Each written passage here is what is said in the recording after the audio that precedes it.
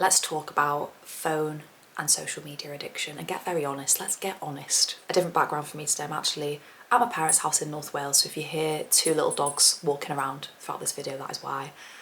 I got a comment on my last video, which was this, and it's prompted me to want to speak about phone addiction because I was already writing up a Substack on it, and it's something that I speak about a lot in real life because it is something that has impacted me. I've held a lot of shame over, and I don't think I've really been fully honest about the extent of it either and the boundaries that I've had to put in place around this. So I really just wanted to share my experience with it, the things I've learned, and probably the number one thing that has helped me make a change. I thought it would be useful to give you some context and share the relationship I've had with my phone over the years and how I feel like that addiction and that obsession evolved.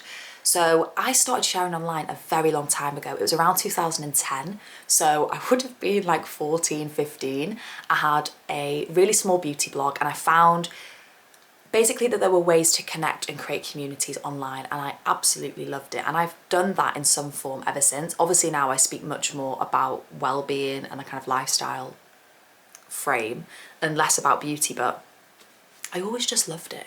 So I did that for a very long time, followed a lot of people online, but it was in the form of long form content, whether it was on a blog or on YouTube. Obviously Instagram rolled around, I went on that. I actually went to uni and studied psychology, but ended up leaving and becoming a social media manager. So all of that experience that I'd had prior to going into like the proper workforce around, well, it would have been 2016, was within social media, and I loved kind of the photography side of it. It was my creative outlet for a very long time, and it still is. Things for me turned a little bit weird with social media, I want to say in 2019, because at that point I'd kind of moved a little bit more towards sharing like fashion content, and I think that I was really struggling with my sense of self and sense of identity, who I was, what I wanted to share online. It's like I knew I wanted to be there, but I was struggling how to express myself. And I think even if you're not someone that's trying to really connect with anyone outside your friendship group online, how you present yourself online does kind of make you think about who you are, and it feels like an extension of you.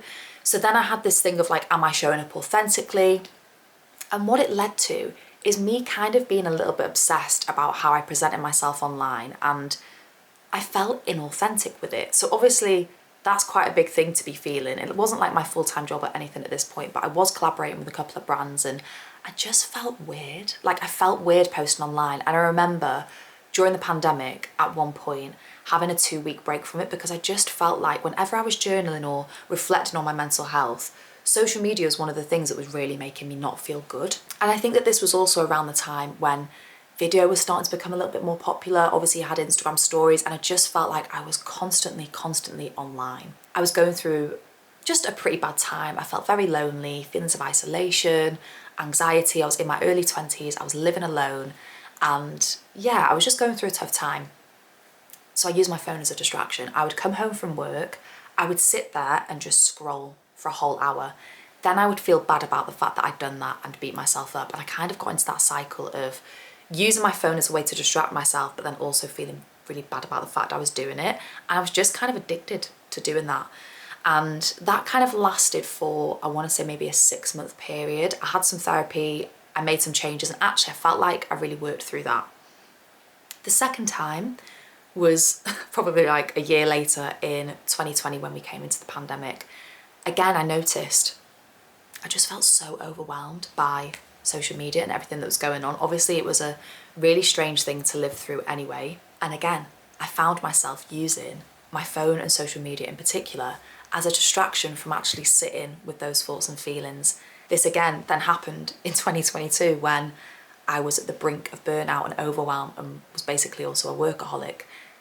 My phone was a distraction from that. And honestly, I can say I really do think I felt addicted to it and just obsessed, and like it was hard for me to put it down. For me, there was other things that came up with too much phone use as well, like comparison, especially as a creator, kind of comparing myself to other people. And also actually, if I'm completely honest, and again, this is something that I don't really kind of feel embarrassed about anymore, but it just is the way it was. I would check up on old friends and family and kind of, I guess, make myself feel bad about situations that had happened previously by looking at their social media, almost like there's a wound there and I'm stabbing that wound myself. So over the years, I've had experiences where I've maybe not felt so good in my life.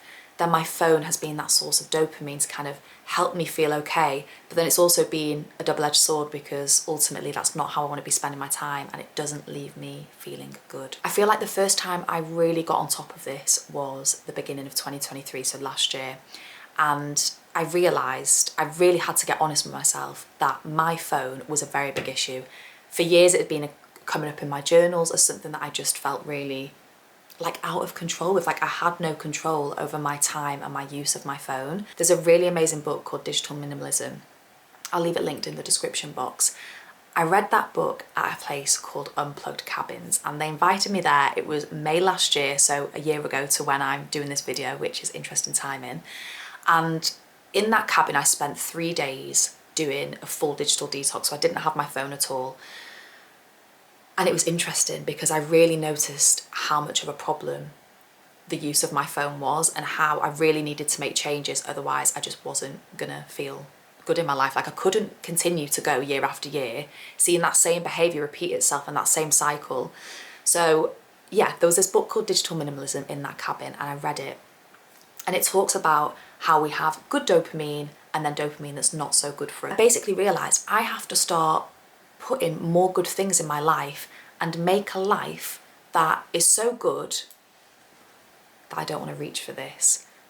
And that is the only thing that I have found has worked for me in terms of actually having self-control over my phone, knowing when I want to use it and when I don't, being more intentional with it, and also just making sure that I'm present for the things that I want in my life. Whether that is doing my work online, whether it's with friends and family, experiences that I have, I'm much more selective now. And yeah, that knowing that I have to create a life that is worth living and good enough for me kickstarted a lot of different things. For a long time I was stuck in this cycle. You know, I was working within social media, I knew how all of the platforms worked, but somehow I just couldn't like almost wean myself off them or have that reality check of, you know, I do not want to get to 60, 70 or even 40 and look back and think, oh my God, I missed out on doing this, this, this and this because I was spending too much time on my phone. After reading that book, I ended up doing a little bit more research, and I realised, first of all, that I definitely have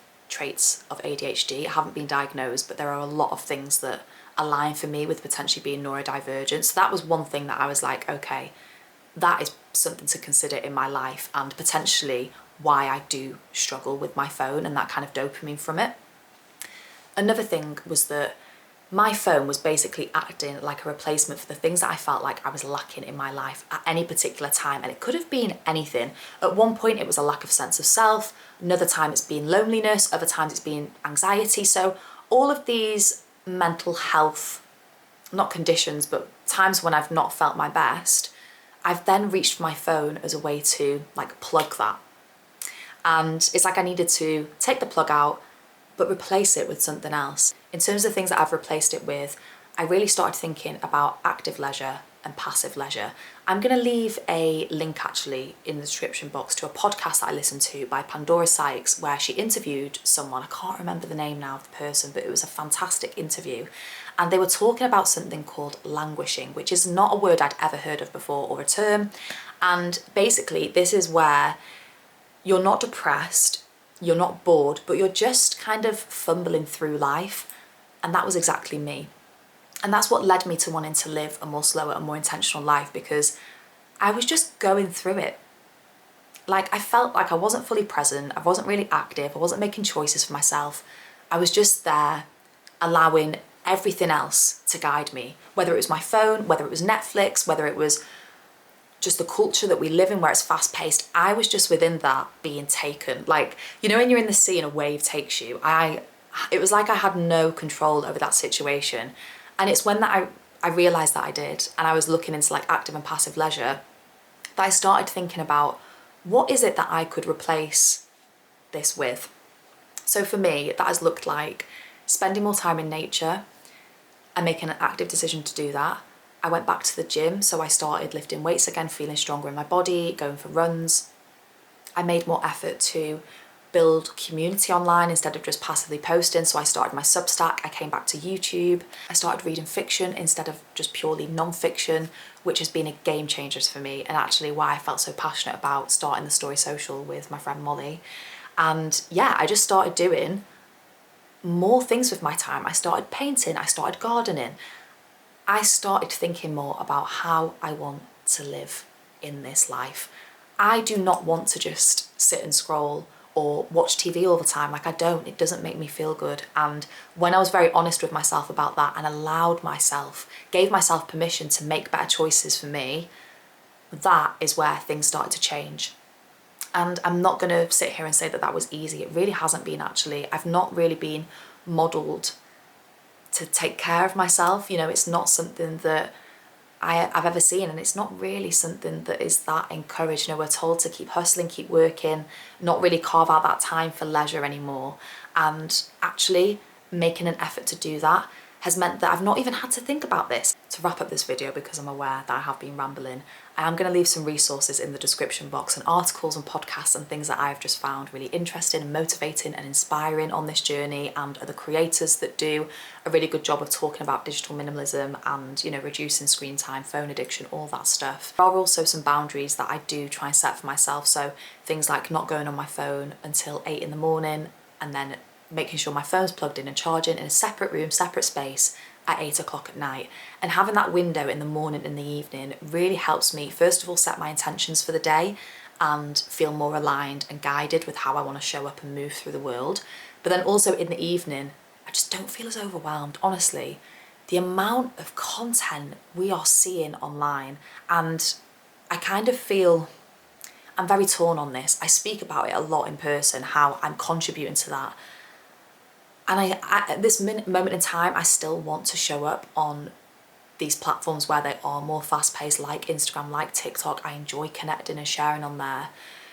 But equally, I really do see the issue with them, and how, you know, social media addiction and just phone addiction in general is still not really seen as something or taken that seriously. I think we're moving in the right direction, but it's ultimately still something where it's almost like, as people, we're told, well, you should have control over that. Like, surely. It's almost, you know, there's that shame there about it. Whereas actually I do think that, you know, the amount of money that's pumped into researching the best ways to keep us scrolling, you know, we're animals at the end of the day. We're going to fall into that trap of doing it despite our best intentions and not wanting to. So yeah, there are boundaries that I have in place to use them more effectively.